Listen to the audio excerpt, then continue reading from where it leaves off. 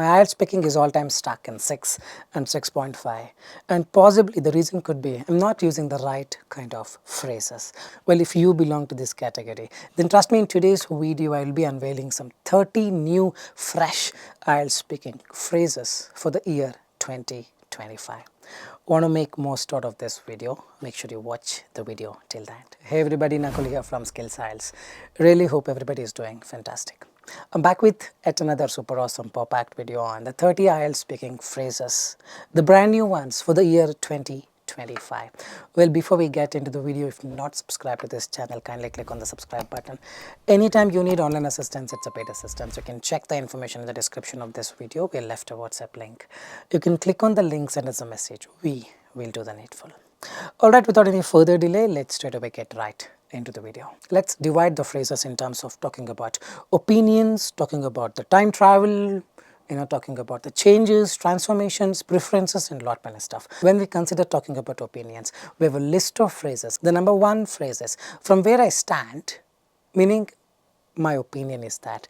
Instead of saying my opinion is that, you can say, from where I stand, for instance, from where I stand, technology has had a largely positive impact on our lives. Hope you are getting it. From where I stand, you can definitely use, which is something like a new speaking phrase, instead of saying, in my opinion. The next is, to my mind, it's more about.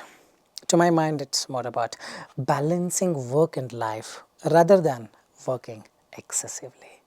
Or you can use an alternative, something like, it's widely held belief that. In my opinion, it's a widely held belief that education is the key to success, and I completely or fully agree. Or you can also say, I'm inclined to think that online learning will become more popular in the future. Or you can also say, if I were to choose, I would say, it's like my opinion is that. If I were to choose, I would say that summer is my favorite season because of the long days. Now we will shift to expressing agreement and disagreement. Do you agree with this? Yes, I agree. Instead of saying that, you can start with, I couldn't agree more with it. Hope you are getting it. I couldn't agree more with that statement. Exercise is indeed crucial for mental health. I agree, exercise is indeed crucial for mental health. Instead of that, you can say, I couldn't agree more with that statement. Exercise is indeed crucial for mental health. Are there any alternatives? Definitely yes. You can also say, that's a valid point, but I see it differently. Now you are disagreeing it. Hope you are getting it. That's a valid point, but I see it differently because I think social media has more disadvantages. Instead of saying, I don't agree with that, because instead of saying this, you can say, that's a very valid point, but I see it differently because. You can start with this.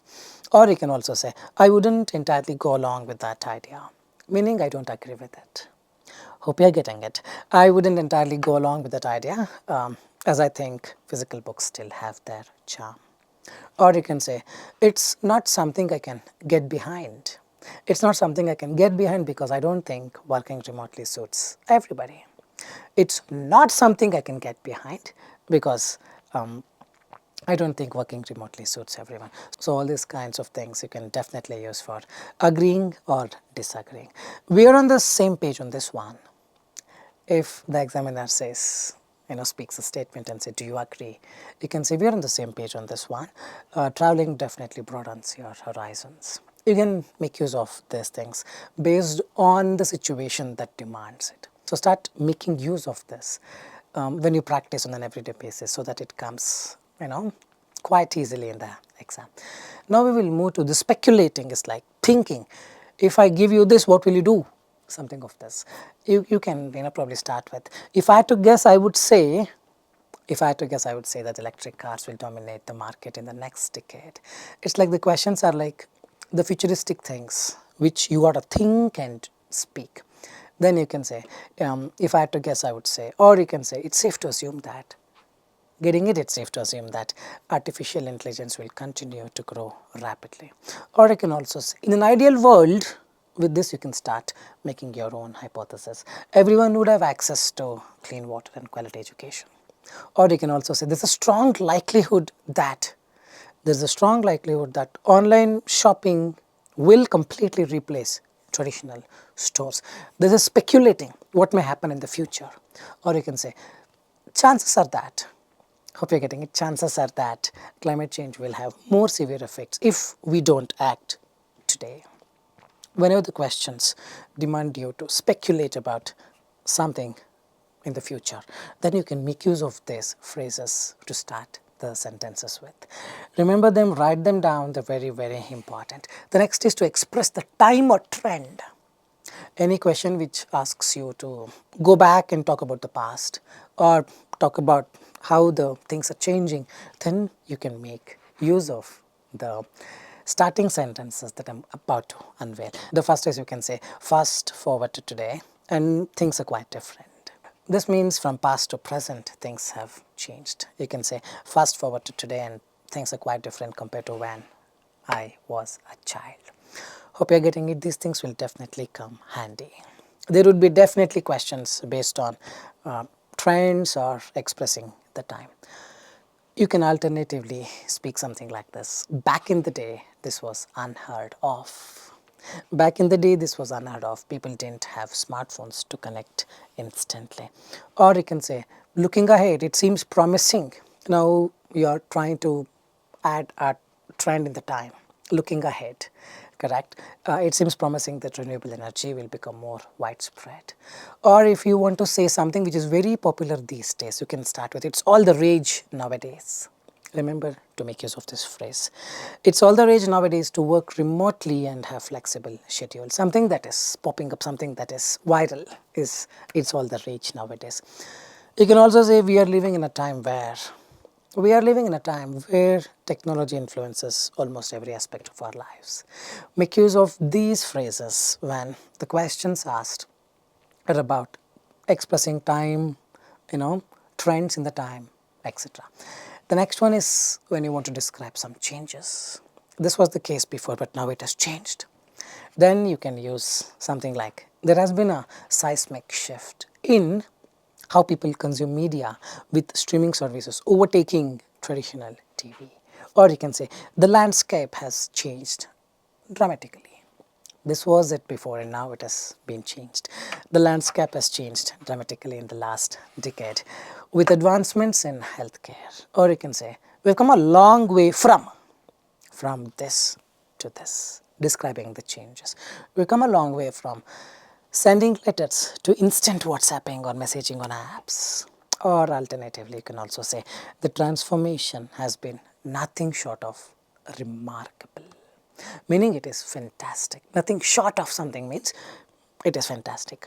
The transformation has been nothing short of remarkable in the field of renewable energy. The next is, it's a game changer for. If you want to say some changes have happened and this is going to make a huge benefit, is going to lead to huge benefits, you can say electric vehicles are a game changer for the automobile industry. When you want to describe the changes, any of these that I just told can definitely be used. The next is when you want to talk about your own preferences. What do you like to do in your free time? You can say, what I gravitate towards is reading fiction as it helps me relax and unwind. Or you can say, I'm a sucker for desserts, especially chocolate cake. Or you can say, I have a soft spot for, means something that I tend to fall for. I have a soft spot for animals, which is why I volunteer at shelters. Or you can say, my first go-to choice would be, in my free time, what I want to do is, instead of saying that, you can say my first go-to choice. My go-to choice would be coffee over tea, as it helps me stay focused. Also, I can say I'm more of a dash person. I'm more of a morning person. I'm more of a coffee person. I'm more of a football person. I'm more of a morning person, so I prefer to get my work done early in the day. Alright, I think that's all for today. I really hope these new fresh 2025 speaking phrases have definitely boosted the confidence in you. Practice them, implement them. Definitely there would be a seismic shift in your scores. With this, I'm going to park the video here. This is Nakul, Nakul signing off from Skills IELTS. Soon we'll be back. Till then, take care. Bye-bye. Thanks much.